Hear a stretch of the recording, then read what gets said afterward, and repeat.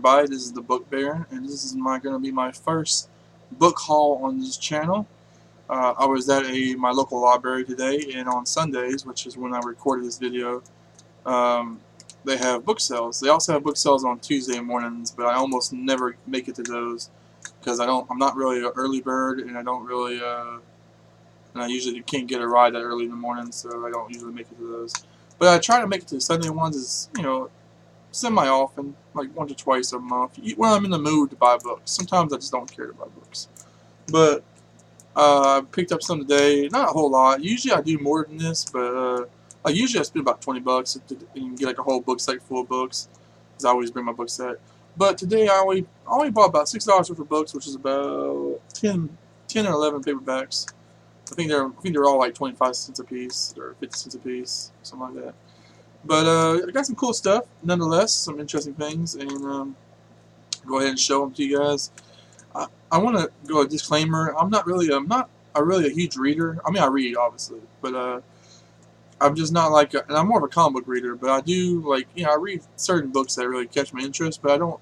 There's no way I read every single book I buy. It's just not happening. So just know that whenever I do these book hauls, that I'm not going to read probably 90% of these books or 99% of these books.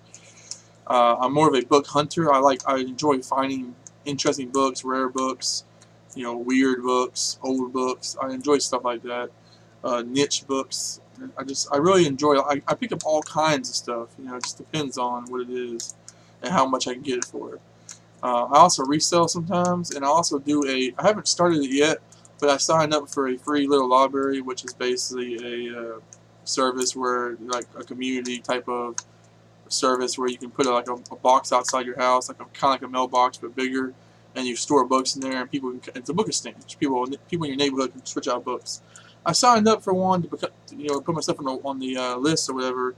I don't know if I'm going to do it because just the area I live in is not really ideal for that, because it's kind of like I live in a very rural area, so I don't really expect a lot of people to be passing. Not a lot of people pass by my house on a day-to-day basis, so I don't know how that's going to really work out. But first, stop rambling. The first book on the list, we have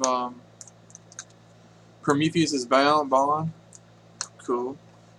This is a classic. I think this is. I want to say this is a classic Greek myth or something, and it's. I should have read this first before I showed it off. Yeah, it seems to be a classic story of some sort. I just thought it was a cool book. It was old, kind of old, not really that old, probably like 70s. If I had to guess on how old this is, I can tell you in a second. It looks like it was printed in 1964, so it's older than I thought it was. But yeah, I thought it was kind of interesting and it caught my eye. Next up, we have To Hell and Back. This is just an old looking war book. It's a bit more beat up than I usually like to buy books for. I don't usually like to buy books that are this beat up, but I just like the cover, and I like war books. They're always kind of cool. They always have fun, not really fun, but just like exciting covers. And yeah, it's pretty old looking too. And I'm just a sucker for old, used looking books. Books that seem like they've had a lifespan of reading done to them. And it's in terrible condition. I mean, not terrible, but it's in a lot worse condition than I normally buy books. Like it's got some water damage. Some of the pages are stuck together. But it is a copyright of 1949. And that's pretty old for my area of finding books. Wait, no, 1967. My bad. They had a different printing that was in 1947. Next book we have is the collected poems of this guy, Wilfred Owen. So yeah, I like poetry. I'm a huge poetry nut. I don't really read a whole lot of poetry, but I write a lot of poetry. I have probably 700 poems that I've written, and in this channel we'll be doing a lot of poetry stuff. I will be reading a lot of my poetry, showing off a bunch of my poetry. So expect to see that a lot on this channel as this channel goes on. But yeah, I just picked this. I never heard of this guy before, but I picked this up because it's a poetry book and it was cheap, and I like to try to as a poet I like to make sure I have lots of famous poetry books and collections on my bookshelf. It makes me it just feels right. It's something you should do. Just like if you're going to be a movie producer, you should have a very extensive collection of classic films, that inspire you and all that. Next up, we have an old Star Trek book. Yep, it's kind of a cool cover. It kind of feels kind of raunchy, honestly, for a Star Trek book, even though it's not really at all. I mean, the women are clothed pretty well, but the way they're drawn, it makes them look, kind of overly sexualized, even though they're wearing clothes. I don't know. I think that's just that's my opinion, by the way. I just feel like it's very the way I just feel like the art is very seductive or whatever for a book like that, for a Star Trek book. So I got this. I don't really know what it is. It had a cool title, and it was a pretty old looking book. It's nice. It's a nice hardback book. I like these. I like very adorable.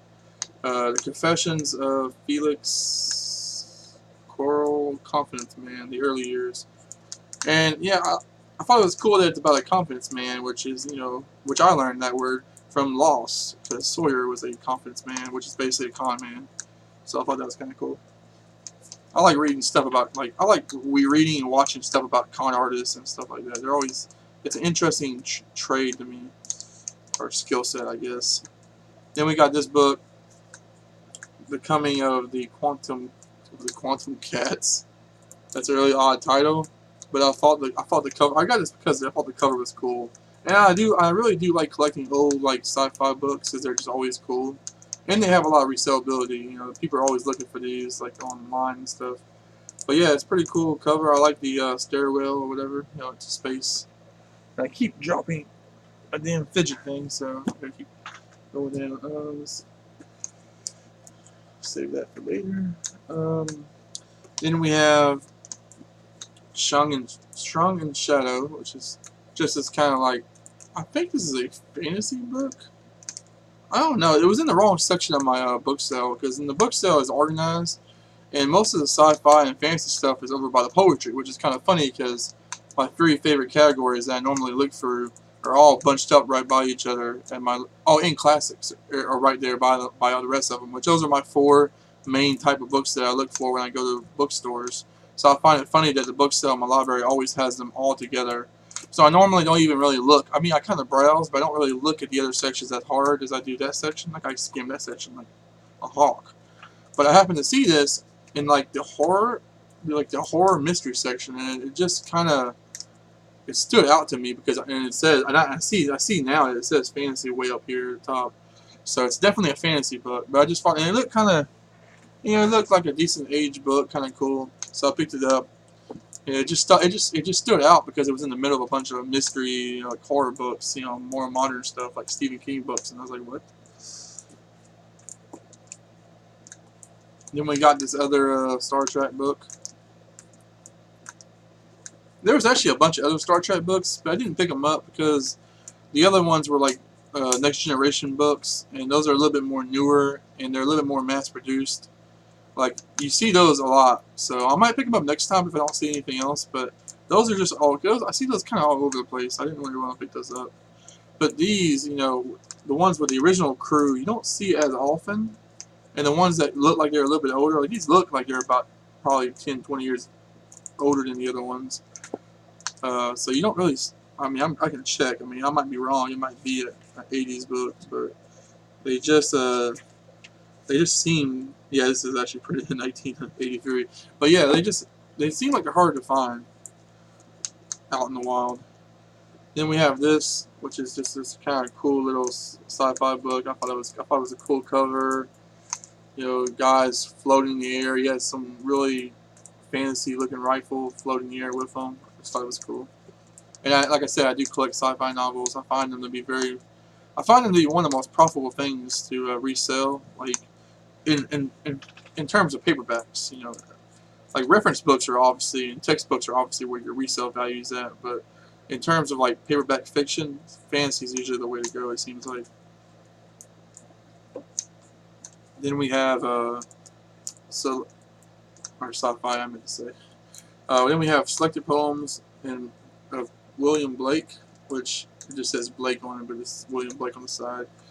I really like. I only have one other book of William Blake, and that's "Songs of Innocence, Songs of Experience," I think is what it's called, which is a really cool poetry book. It's like the first half is the Songs of Innocence, which are all poems, you know, written in the perspective of a kid, a child that's coming of age, and they're very like idealistic and simple in design, and they use simple words, and they've got a more lighthearted tone. Then the second half of the book is the books of experience, I believe, songs of experience. I said songs of experience, songs of innocence. So the second half of the book it's the same poems.